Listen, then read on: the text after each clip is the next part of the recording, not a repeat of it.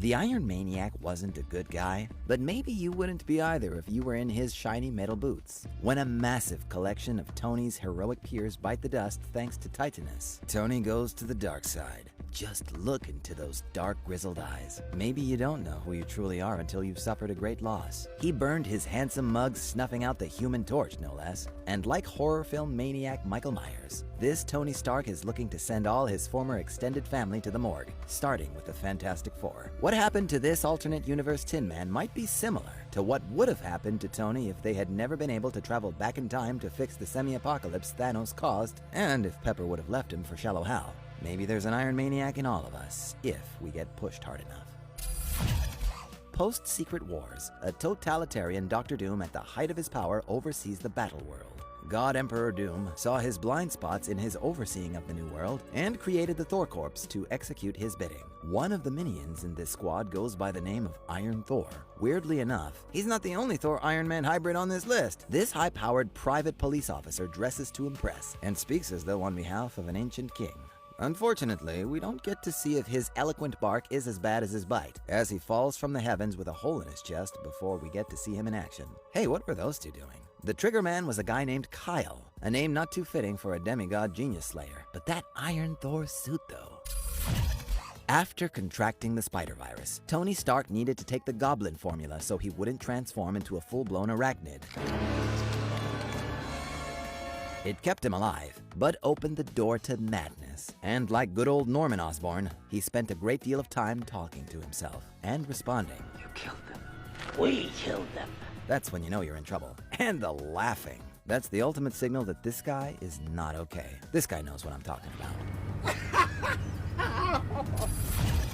Anthony Stark uses the alias Lord Iron during this dinosaur-filled version of 1602's Spanish War. This Spaniard version of Shellhead was captured by the David Banner Hulkamaniac of the time and forced to make weapons for the English. Fast forward to his release. Lord Iron becomes the right-hand man for the King of England, James I. You know, the guy whose name is on all of those Bibles, the pre-LeBron King James? Anyway, he orders Lord Iron to assassinate David Banner. Like he even needed a reason to take out his former captor. Man, Lord Iron looks as serious as Queen Cersei's The Mountain. This terror-inspiring hitman is ruthless in his demeanor, not afraid to terrorize and electrocute children. After a formidable one-on-one war between Banner and Stark, it is revealed that Banner had a softer side and is helping the natives of Roanoke Isle who helped him get a handle on his Hulk to repay his debt. In the spirit of Godzilla, Banner's Hulk defends them from the reptilian predators of the day. Anthony's bum ticker changes so drastically when he sees David's commitment to this cause that he chooses to become a resident of the colony. Hal Stark pilots jet planes, flies into space, generates force fields as well as constructs of green solid energy, and most importantly, sports a boss-level vanity mustache. If ever there's a great white shark in space that shoots laser beams out its eyes, the Iron Lantern is the man for the job.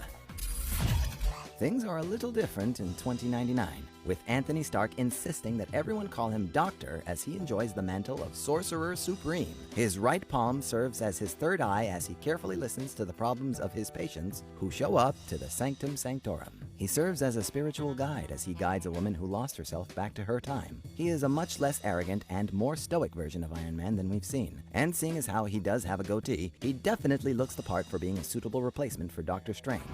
I might want to use it. Yeah, something they never tell you in school to prepare you for the working world is that if you look like the guy that used to work there, you're much more likely to get the job. This guy knows what I'm talking about. This 126-year-old version of the Good Doctor warns Riri Williams of another version of himself to drop the Iron Man mantle. A nasty bad boy from Latveria known as... The infamous Iron Man is incarnated by Victor Von Doom, one of the meanest of the mean in all of Marvel. After the catastrophic events of the second Marvel Civil War, the Bad Doctor wants his redemption and doesn't care how he has to dress to do so. For Vic, it's something that simply needs to be done. He's a more vicious version of Tony Stark's Iron Man and has to force himself to be decent. The question remains, why? The answer, Mother. Doom is a mama's boy hell-bent on getting her out of the clutches of the demonic Mephisto, and needed Iron Man's allies to help him. His Doom guise is very unfriendly looking, and that face is a trigger for a lot of bad memories for a great many of Marvel's heroes. He's got a Hulkbuster, an army of remote drones, a long list of former lovers, great charisma, and maybe a messiah complex. Yeah, the MCU's Iron Man is a desperado ready to sacrifice himself movie after movie after movie. Which is a greater power than all of his missiles combined. Let us explain what we mean using Al Pacino characters. Okay, I can do it. According to Pacino's character Val in Stand Up Guys, in life, we die twice. Once when our breath leaves our body. And once, when the last person we know says our name. Tony was already big time in his time, but he may have wanted to be famous for all time. Sure, people are well aware of John D. Rockefeller and Howard Hughes and will be for a long time. But will they be remembered and taught in schools the way Joan of Arc, Saint Valentine, and Jesus of Nazareth is? It is entirely possible that this Avenger wanted to be heard and spoken of in 2099 and well beyond. His version of Valhalla. The path of the martyr is an extreme one, but it grants the walker of that path an equally extreme power. Let's close out this entry by deferring back to another Al Pacino character, Coach Tony D'Amato from Any Given Sunday, who says, in any fight, it's the guy who's willing to die who's gonna win that inch. That is the kind of courage and bravery needed to go toe-to-toe with mad titans and killer robots. Man, Al's presence would have been greatly appreciated at Tony's funeral. Maybe he could have been the one to tell Bucky to dress up a little. I mean, if you take out a guy's parents, it's the least you could do, right? Okay, back to Marvel Comics. Superior Iron Man is Tony's intelligence unhinged, completely unbound by morality. In the tradition of the great evil-thinking men of literature, the Lex Luthors, the Kingpins, the Doctor Dooms, Superior Iron Man wears the black hat because he knows the most and cares the least. We all know a great many of the Avengers have a hero complex, but this guy has a straight-up God complex. I mean, it is impressive that he's able to make Matt Murdock see again. But readers got a little scared when he boldly tells Daredevil, I'm the most intelligent, capable person on the planet. I'm not playing God. All of this time, I've been playing human. Ooh. Holding your fellow humans in a lower class as a species is a way of giving yourself the right to do whatever you want to them for whatever you should happen to want that day. This is a pure shadow Tony, who doesn't even consult his wife for major decisions. Pepper iterates to the man without fear that Tony always said his biggest fear wasn't the wrong people getting their hands on his technology, his weapons, his friends, or even his lovers. When he told me that, I thought it was ego, but I understand now, because the nightmare scenario has happened. His mind has been taken. We have to activate the contingency. The moral of the story, always consult your wife when making a major decision. Then, you can truly rule the world in peace.